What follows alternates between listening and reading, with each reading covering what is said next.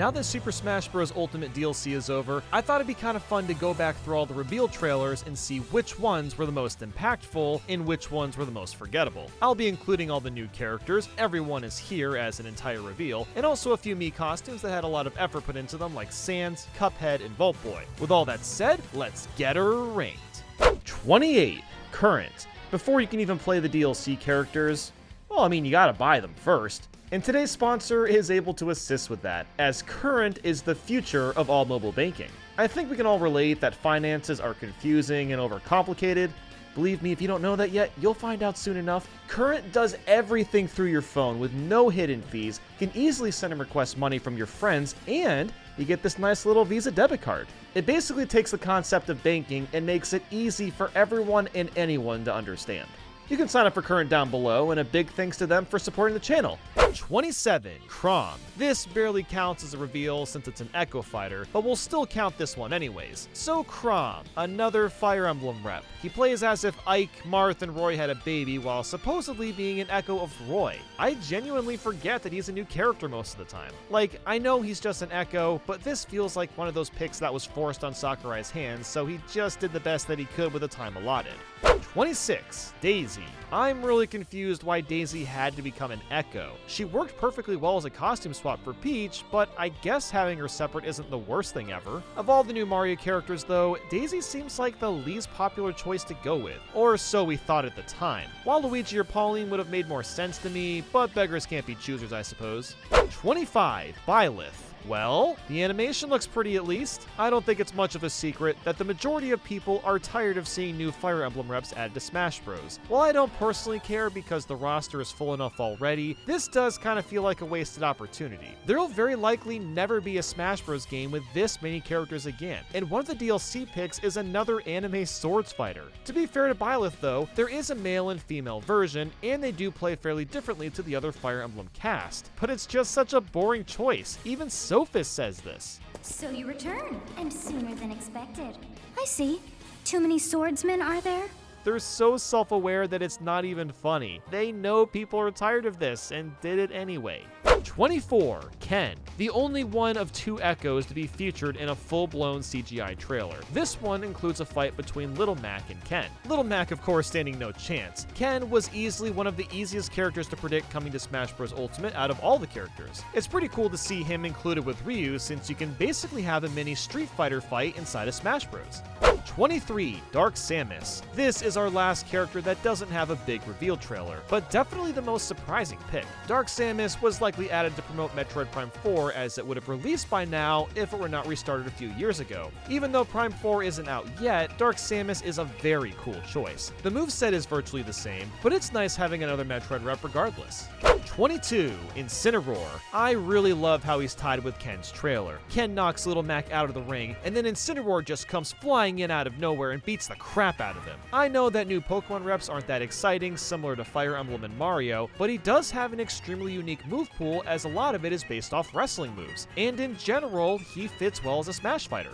21. Piranha Plant. And then there's this guy. I love that every Smash Bros. Game has a WTF character. Melee had Mr. Game & Watch, Brawl had Rob, Smash 4 had Wii Fit Trainer, and Ultimate has the Plant. It really came completely out of nowhere. You see Mario just going for a stroll, the music stops, the plant pops his head out, and then attacks Mario, revealing him as a new character. He's so goddamn random, but also filled with so much personality. Lots of effort was put in to make this character work with the game, and I wouldn't want it any other way. 20. Isabelle. This was such a weird reveal as well, because it came off as the official announcement for Animal Crossing on the Switch. At least that's how it was initially looking. There was this sense of uncertainty. Is it secretly a Smash reveal, or actually Animal Crossing? It was impossible to tell until Isabelle got a letter. Then of course it was all clear. I do wish Isabelle played a little more differently than Villager, but I'd still say she's unique enough. The best part about this too is that this also tied in with the announcement of Animal Crossing on Switch, so it was all one massive mind boggle.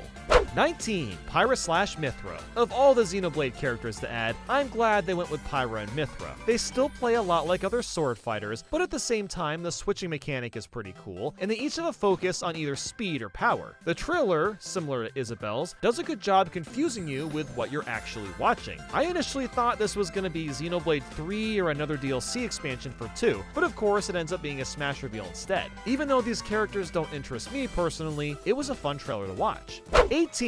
Vault Boy. Just when you thought Mii costumes couldn't get crazier, freaking Vault Boy of all characters is included. He's not quite as hype as some of the others announced, but just the fact that Fallout is represented at all is crazy. This is when reveals got to a point where there was no reason trying to predict anything. There really was no way of guessing what was going to come next. His costume looks really solid too. It's pretty faithful to the original games he's from.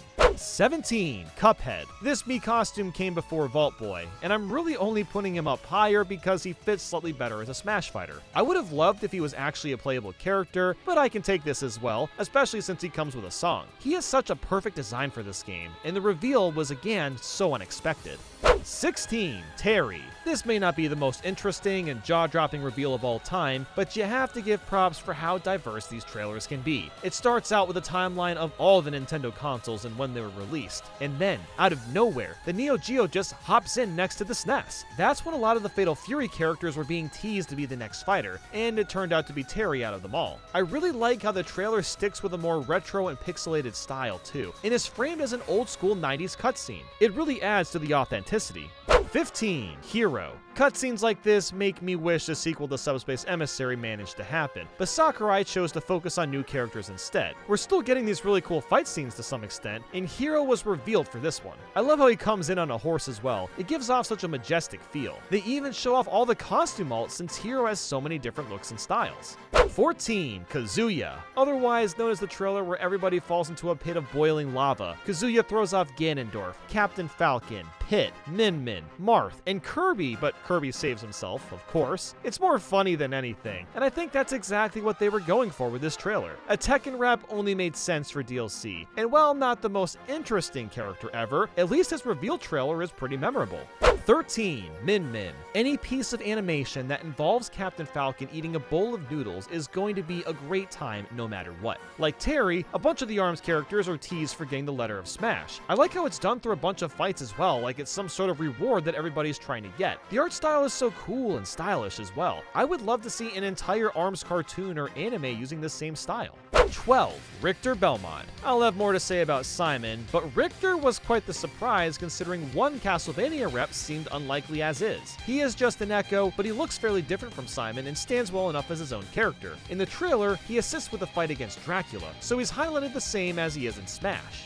11. Simon Belmont. I know not that many people are aware of the Belmonts, but this franchise is well worthy of being included with Smash Bros. They made Simon look like such a Chad, and I love that his moveset is based around his NES games as well. The reveal trailer is so sick. Luigi is fumbling around with his polterguster, and Death himself kills Luigi before Simon can come in to save him. The music is so well remixed too. Although it is Castlevania music after all, you can't really go wrong with that.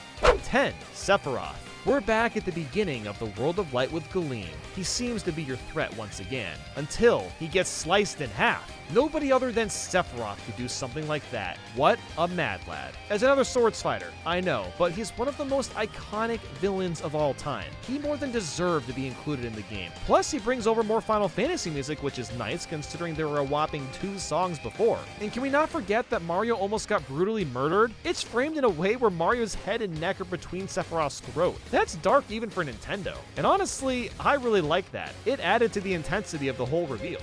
9. Everyone is here. The biggest kept secret that Nintendo actually managed to keep together. Watching Smash Bros at first for E3 was magnificent. It started with showing off all the returning characters. Something interesting was that we were seeing numbers next to each name, but you weren't really paying attention to that because it was a new Smash game and the focus was on the screen itself. And then Snake rolls in with the message, "Everybody is here," and then the excitement really kicked in from there. Every character, even ones like Pichu and Young Link, are back in the fray. Nobody saw this coming. It was just assumed that some characters from Smash 4 were going to get cut, but this was the big surprise, and it created a collaborative opportunity that gaming will likely never see to this magnitude ever again.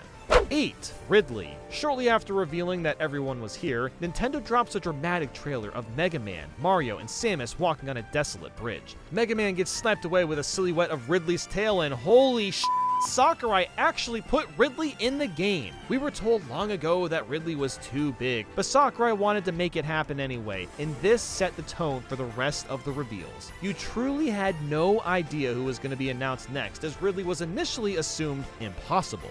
7. Joker. Speaking of surprising reveals, this is one of the most out there choices, Joker from Persona. This premiered at the Game Awards, and there was no heads up or giveaway that a Smash announcement was about to drop. It just kind of happened, which made this reveal extremely ecstatic for Persona fans. It looked like a Persona game was coming, but no, of course it was Smash Bros.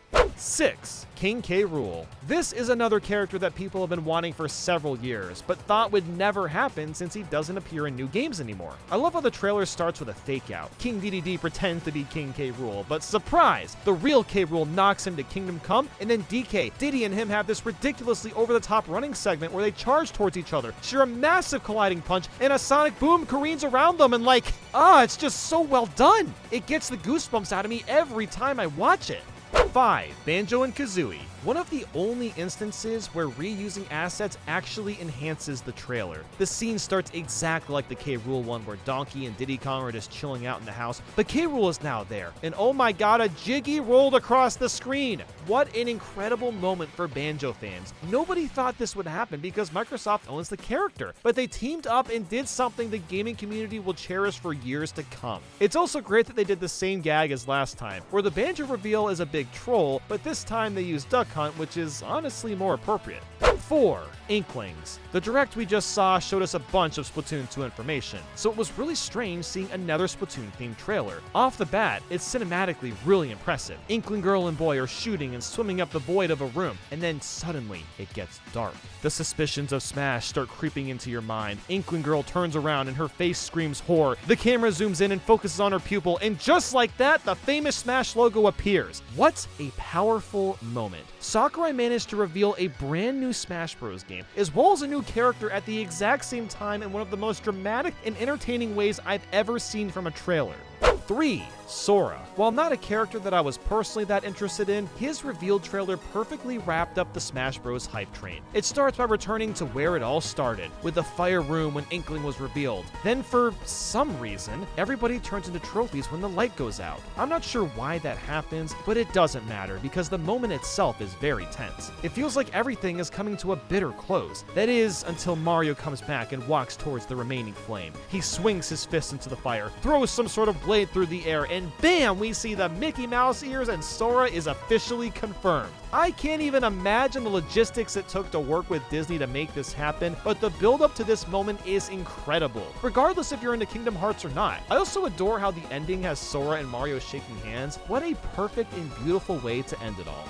2. Sans. After watching so many of the Mii costumes getting shown off, it became this sense of eating the last couple bites of chocolate cake. The character itself was the main serving, while the Mii costumes were the small morsels left behind on the plate. So that's the expectation for Mii costumes that was set. And out of the complete blue, Megalovania starts playing, and Sans of all characters fades into frame. What the is going on? There was no conceivable way of predicting that some Mii costumes were going to look like actual playable characters, but also, it Sans the skeleton from Undertale. Yep, the funny skeleton man made it into Smash Bros. Toby Fox even went into Sakurai's house and played Smash Bros with him. What even is this timeline? 1. Steve Minecraft. Speaking of the best timelines, this was another character that nobody was realistically predicting.